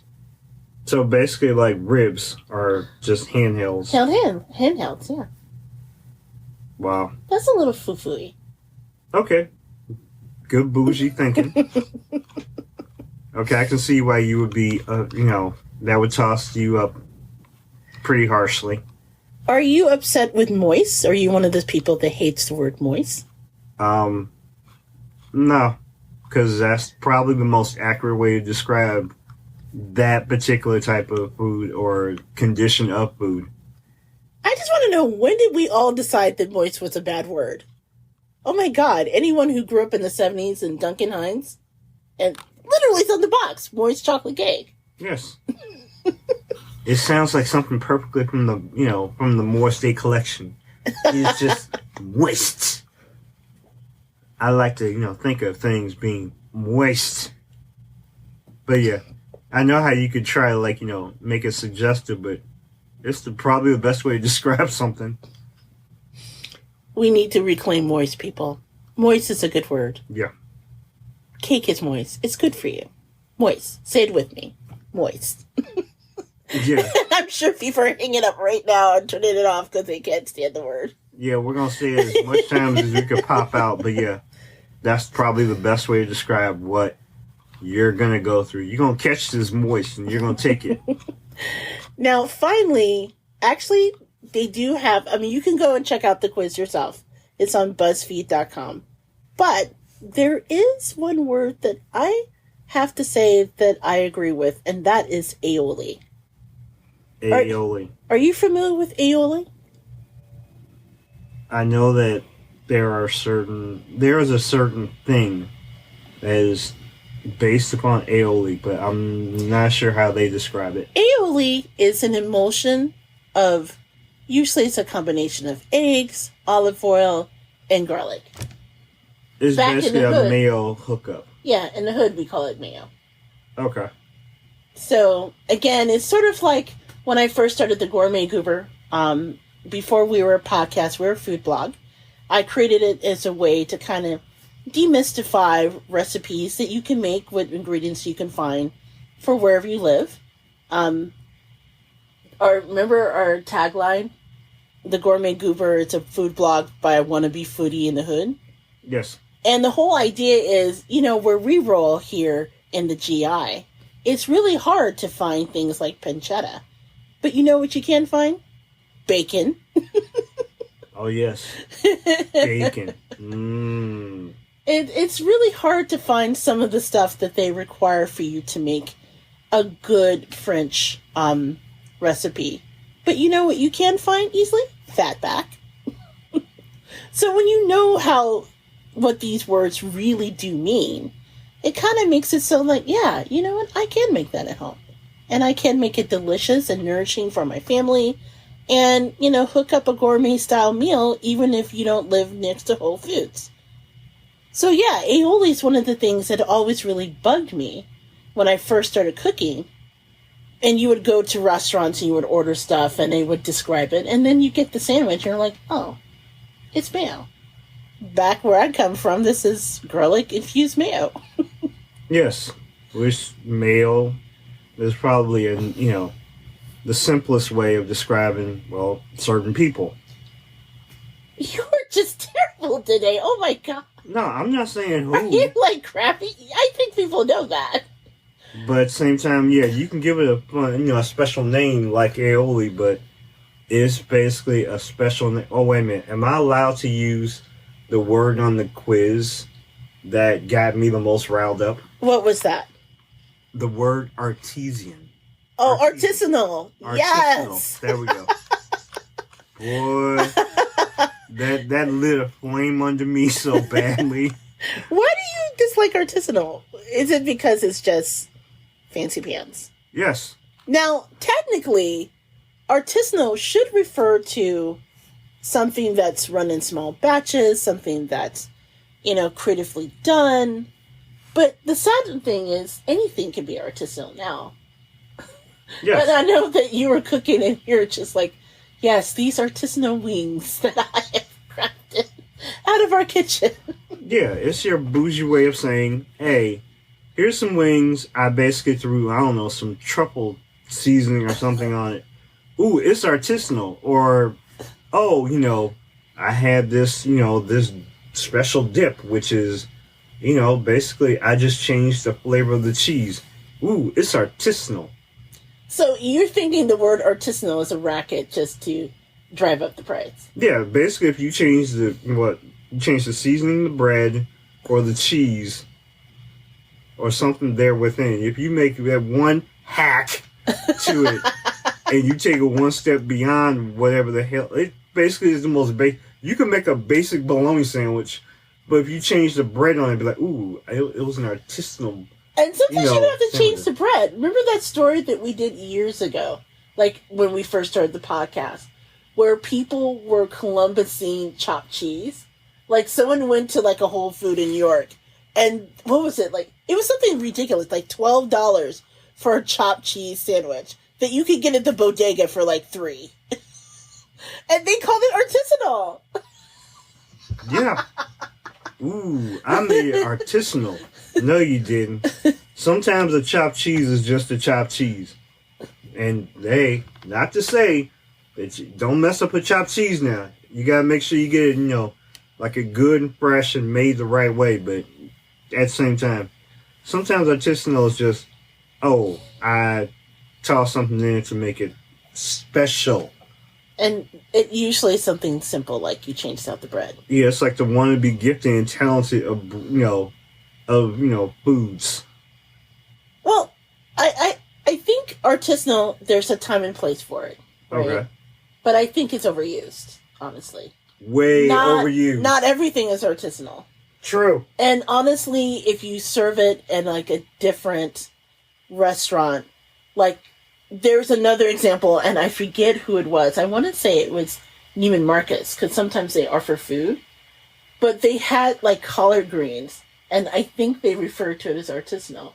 And I'm like, it's collard greens. Like, literally, is my mama's collard greens artisanal? It came out of the same bag, I assure you. We probably prepared it way different, but it's the same collard greens. There's nothing artisanal about it. Yeah, I would very much agree. Oh, I think we should come up with our own artisanal things, where let's just Columbus that too. I have been looking for a trend that we could just reverse Columbus and create and make it our own. Take it back. Just take it back. So what would that be? Oh goodness. Anything else? Let me see. What can we take back? I can't think of anything off the top of my head. I'm sure there are a lot of things I would like to, I think we need to take back the bologna sandwich. Yes, because I have seen way too many stories over the time of the pandemic where people are rediscovering simple pleasures. And there's a lot of these food bloggers and people who are like on like YouTube and showing how to make things as simple as a bologna sandwich, a fried bologna sandwich, like they discovered it. And I was just thinking, no, you did not. Yeah. I think a lot of things that involve cheese that can be taken back, like, let's take back, how you like try to make an artisanal grilled cheese or an artisanal mac and cheese. Sometimes those things are just as they are. You know what? I quote unquote hacked a box of Aldi's mac and cheese the other day by adding cheddar cheese to the truffle cheese mix. There you go. It is artisanal, and I'm just claiming it. Okay, it's mine. I'm taking it back. There we go. One pinky finger in the air just for that. I'm gonna walk into Aldi's and demand my ducats because I improved on their mac and cheese. Therefore, I discovered it. Oh no! Remember when we ordered the mac and cheese from, what was it, Cracker Barrel? I dressed that up. Oh yeah, that was a Thanksgiving to remember. I added some cheese. I added some mustard. I added a little bit of nutmeg. I topped it off with some breadcrumbs. Put that puppy in the oven. Bam! Great mac and cheese. From now on, that is my mac and cheese. I like that. From now on, that's my mac and cheese. Yes, it is mine. Okay. Take that. So I tell you what, with that in mind, is we kind of come up with ways that I can demand millions of dollars now from Cracker Barrel for improving on their recipe. We're going to take a quick break, and then we're going to come back with our choices of the best thing we ate this week. You're listening to the Gourmet Goober podcast. We'll be right back. Hey everyone, this is JJ Outlaw. And T Outlaw. And we're the co-hosts of the Gourmet Goober podcast. Hey, let me ask you something. Have you ever wanted to make a podcast of your very own? Well, Spotify has a platform that lets you make one super easy and distribute it everywhere and even earn money. It's an all-in-one place solution, and it's for free. Get that. It's called Spotify for Podcasters, and here's how it works. Spotify for Podcasters lets you record and edit podcasts right from your phone or your computer, so that way, no matter what your setup is, you can start creating today. And get this, you can distribute your podcasts to Spotify and everywhere else that podcasts are heard, right? You can even make video podcasts right on Spotify as well. With Spotify for Podcasters, you can earn money in a variety of ways, including ads and podcast subscription. And best of all, did I tell you guys it's free, right? Because it's free and there's no catch. Let me tell you something. Ever since I discovered Spotify for Podcasters, I've been loving this platform, okay? It makes creating and producing the Gourmet Goober podcast so easy to do. And it makes it so easy as well to distribute the show through all the platforms. And you guys know you can hear the Gourmet Goober podcast everywhere. So I highly recommend it you give this a try. Do me a favor, download the Spotify for Podcasters app or go to www.spotify.com/podcasters to get started today. Thank you for listening to the Gourmet Goober podcast. Now back to the show. Hey guys, I'm JJ Outlaw, better known as the Gourmet Goober, and I'm here to share this great new recipe journal from author Gaby Loreno. It's a progressive cooking journal designed for short and simple recipes at the beginning, before advancing with spaces for longer recipes as you go. It's colorful, fun, fits easily in the kitchen drawer, and it's perfect for any home cook. Best of all, it has over 100 pages for your most beloved culinary delights. Be sure to get your copy today at Amazon.com.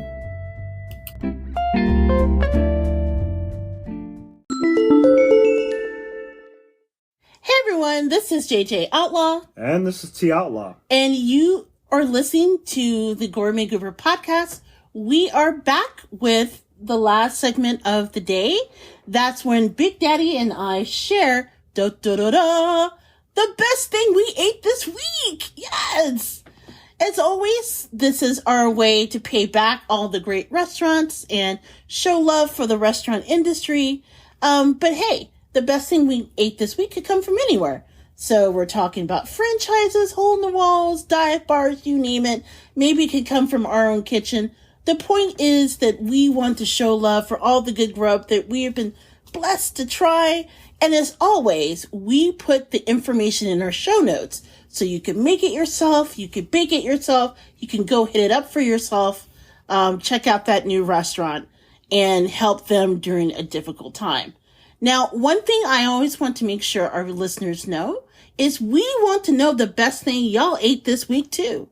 So if you have some place that you want us to talk about, just email us at thegourmetgoober@gmail.com. Again, that's thegourmetgoober@gmail.com. Let us know the best place you ate this week. Give us all the details, and we may feature you on a future show. Or not. Or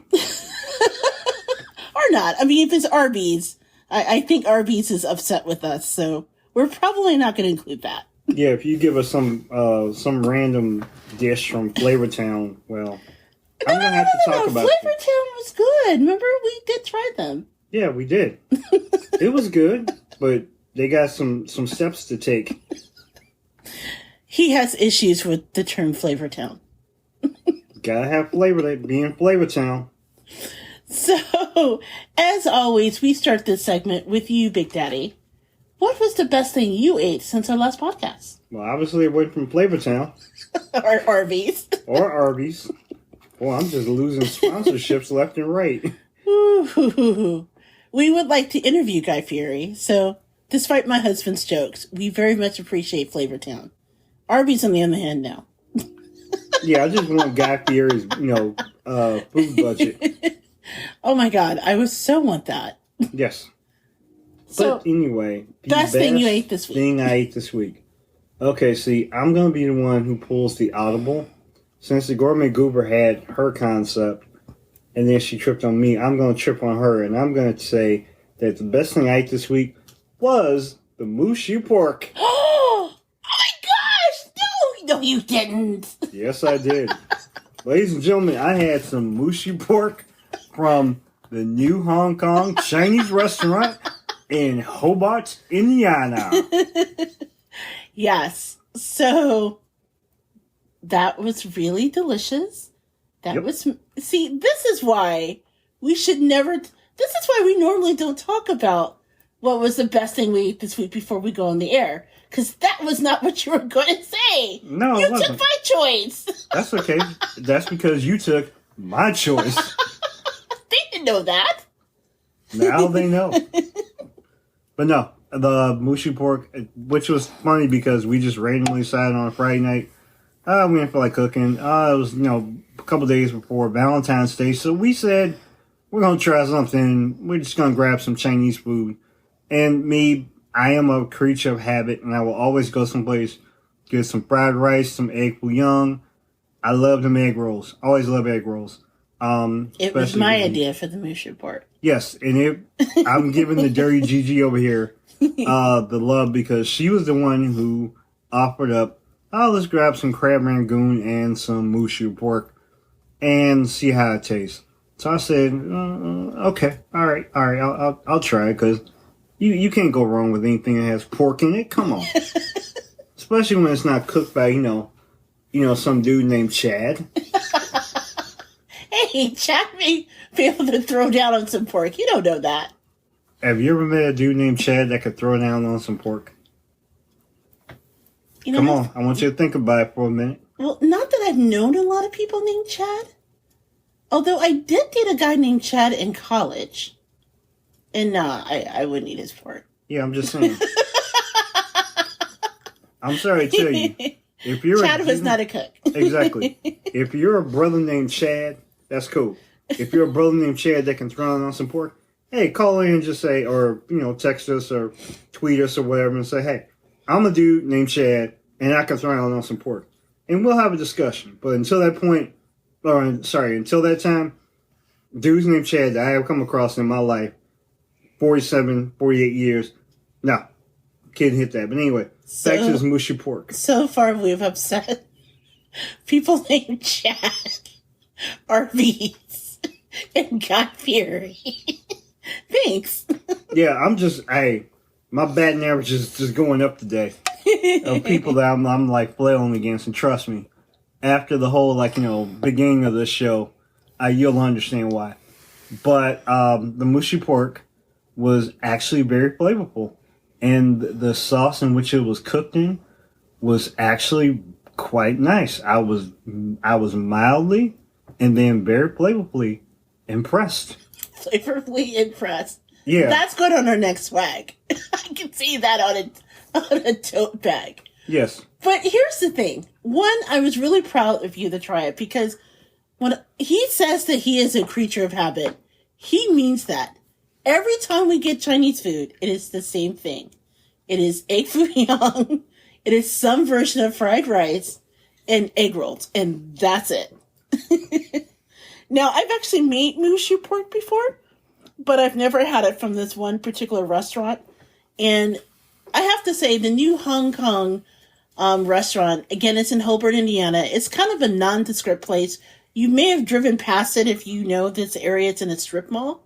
So you wouldn't think that they serve the excellent and incredible Chinese food that they do. But they are amazing. So I'm really glad that you stepped out of your comfort zone and tried it. Yeah, I'll give them credit. I mean, definitely, if you get a chance and you come across this restaurant, stop by.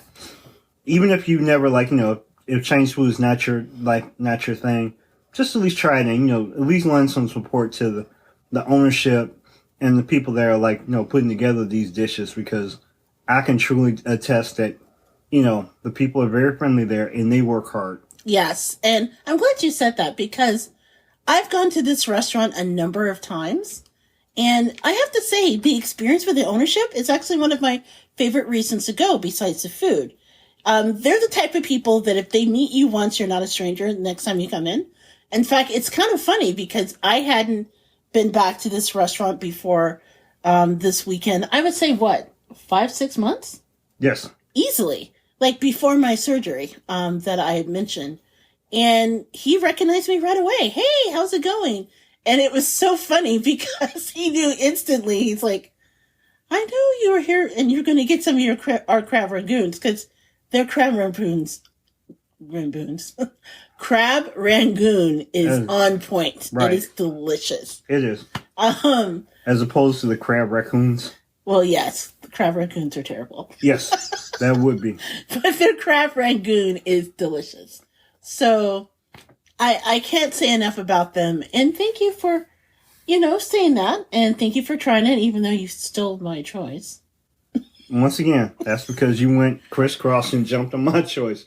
I would have let you have the choice. Yeah. The other thing that you'll learn about me, T Outlaw, is the fact that I can never eat the exact same thing that someone else eats, when we go to a place. I always got to do, my own thing. But in this case, that my choice for the best thing I ate this week, we did share it. We did. Yes. See? There you go. Curses. Well, with that in mind, since he's took my choice, I would actually have to say the best thing I ate this week is a really big surprise. It is the Beyond Chicken Nuggets at KFC. KFC. Now, this is a surprise for a number of reasons. One, if you're a regular listener to the show, you know that my preference goes from, I prefer Popeyes to KFC 1. 2, even though I have expressed my love of Beyond Beef, I've never really been up and really supportive of Beyond Chicken. A lot of the time, because of the fact, as a protein, chicken is something that's very difficult to, synthesize. To mimic. For lack of a better word. Usually there's something in the mouthfeel, shout out to the previous segment, that's usually a little off and things like that takes away from the enjoyment of the particular food. Now, that's not to say that there aren't Beyond Meat nuggets that I've enjoyed before. In fact, there's that one, and I forget. You know what? I'm going to have to figure out who makes them, and then I'll put it in the show notes. Because there is one that you can get in the frozen food section that tastes almost exactly like chicken tenders. It is amazing. Is it not Morningstar? I don't think it's Morningstar. Okay. I think another company makes it. Although Morningstar's chicken is actually pretty good. And again, the texture is a little off, but their seasoning and everything is really good. That said, these nuggets, oh my gosh, they're almost 10 out of 10. Now, again, talking about the texture of the meat, it did taste a little off, especially when it's fresh out of the oven or fresh off the grill or however they make it. It tasted like a little eggy. Yes. Like, you know what it's like? It tastes like, you know how the whites of a hard-boiled egg feels like when you chew it. It sort of had that same similar texture that throws you off. That said, outside of that, if you can get over that, and I say when it's fresh off the grill because as it cooled, it actually tasted more in line texture-wise. It felt more in line eating it like regular chicken. But if you can just get over the texture part, oh my gosh, that nugget was amazing. It was perfectly seasoned. It had the right amount of crunch. It was really good. It's possibly the best thing I had out of KFC, which was funny because I was laughing with Big Daddy because what happened was you and I were working on a project and you had gone most of the day without eating a lot of food. Yes. And we were running errands and I was like, dude, it's going to take me a while to make dinner. You need something in your tummy. Let's just stop at KFC on the way home and just get like a small snack. So we got like, what was it, like 10 nuggets that we shared between the two of us? Yes. And we just got like their 10 nugget combo. And we just split it between the two of us. And we wolfed that down and we were laughing like, oh my gosh, why is it that the best thing that came out of KFC isn't chicken? Astounding, isn't it? I know. But it was utterly delightful. It was really, really good. And here's the thing. Big Daddy, what he's not telling you, and that's the reason why I suspect he didn't choose it, was when we first went through it, he didn't want to try it. And he very reluctantly, I had to like beg him to put one in his mouth. As we were driving Skippy, away. I thought she was going to have to punch me in the throat and then knock my mouth open just to get it in there. And I was like, this is for the podcast. Come on. We're doing it for the culture. Yeah. That was the last she was going to drop on me. But you know what? You agree with me. It was possibly the best, quote unquote, chicken product that you had in a while from KFC, right? I mean, the chicken sandwich have been pretty decent. I think it's better than their chicken sandwich. Okay. I really do. But what did you think of the nugget? Because, again, I'm more of an adapter of plant-based protein like Beyond Foods than you are. That is true. So, how did you enjoy it? Okay. So, as Gigi has dropped on you, I am not the most accepting of plant-based substitutes. I am a very big carnivore, and, you would really have to be able to sneak something past me for me to like anything that was plant-based. That being said, yes, I was very resistant to trying it, but I'm a convert. I will definitely say if you get it fresh, hot, from a reputable KFC. Reputable KFC. Yeah, because you can't just go to any hood and just have them just throw it on there. If Chad's cooking your little nuggies and stuff here, you gotta check it. But that being said, it was easily probably one of the best things I ate this week because it was fresh and when it was hot, I loved it. I gulped it down. I was almost going at it like Cookie Monster. And as the Goober said, the consistency is a little off. because as you say, with your mouth feels or how like the texture, you're not 100% sure because you think it's chicken, but you're not sure it's chicken, but you're like trying to get down because it's hot. And I'm willing to say that we make jokes sometimes about KFC trying to find all their 11 herbs and spices. Apparently it was on the nugget. Yeah, apparently they must have put them on these because they put their seasoning on it. And it was great. Yes, it was great. And I'm like, okay, KFC found something, worth talking about. And I'm like, this was something to talk about. And their Beyond Nuggets were actually on point. I was actually quite impressed. And this is coming from me, once again, the carnivore, who was very resistant to trying something, past like a Beyond Burger. So I will give it my mark of approval. It was very good, but don't start sending me eggplant, whatever. I'm still, in my little hood, but yes, I definitely recommend it also. So it's important to know, as my understanding is, this is available for a limited time. So you definitely want to check your local KFC to see if it's on the menu. Also, it's important to know that my understanding is it's not available by delivery app, by every delivery app that's out there. Someone will also have to explain to me exactly why that is. I think because they want to convince people to go in person. Because remember, when you order from a delivery app, not all of the money from your purchase goes to that particular restaurant. A good portion of that goes to the delivery services themselves.